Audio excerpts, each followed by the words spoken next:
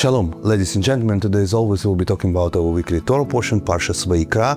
But of course, you already managed to understand that it's not as always, because it's the first chapter on the third book, the new book of Torah, the book of Torah that's called Vayikra. Our sages say that this is a book that will begin the education with the little children and say that the pure one will come and will discuss the pure things, meaning the pure one, the children, and the pure things are all the purity that dominated in the temple.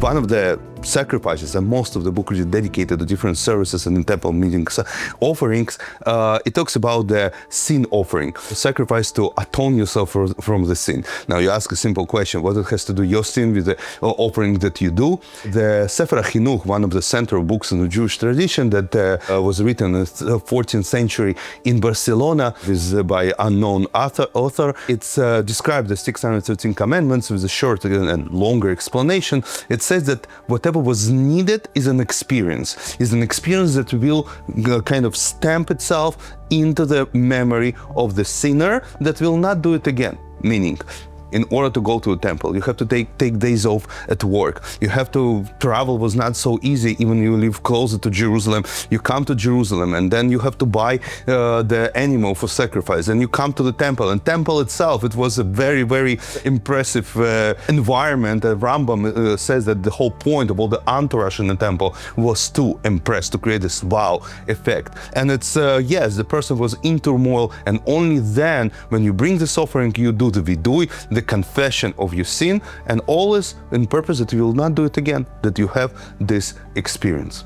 Now, I understand it's not very in style today in our days education, but yes, the book of Vayikra, it's offering us different types of the approach to education. This is why we begin the education with the children of this book, because in modern education, we always strive to create a positive experience for the children. The punishment is off the list. If the child does something wrong, or adult does something wrong, we try to avoid talking about this. We look away and try to create this positive environment. Hopefully the child or an adult will understand we should not do it again. No, we will not understand. We need this experience that will explain to us that we should not do it again. No, I'm not talking about physical punishment, but we always can find something creative in order to instill this experience in us as a result of our misdoings, in order not to repeat the same mistake. I give an example.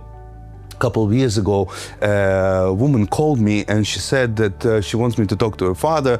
They have a problem, and they came to my synagogue, and the father was a very elderly man already, and he was very upset. He told me that his daughter bought him a plot at the cemetery. And I said, it's not a problem, it's actually very good. Our sages teaches us that when you have a plot at the cemetery, it's prolong your life. But he said, no, you don't understand.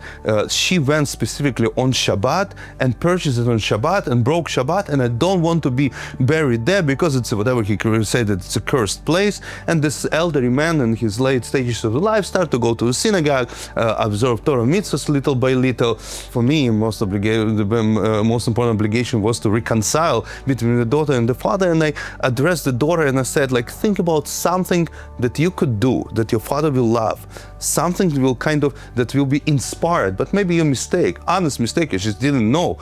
And she decided herself, I didn't suggest it. She decided that she will start to light Shabbos candle. Now it all makes sense, because she got into the trouble with her father, and her father, being elderly man, was very upset, and it was to make her upset.